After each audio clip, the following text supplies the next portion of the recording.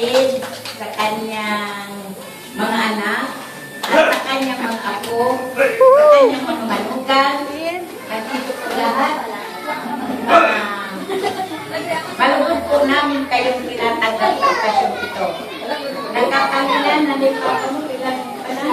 72. 72 na po siya. Kasi last Saturday, nagkaroon na kami ng salo-salo. Siya ay 71. Ngayon naman, another birthday, siya ay 72 na. Pag siya yung nakarating ng Pasko, 73. Kaya pag nagdating pa ng bagong taon, 74 na siya. Amen!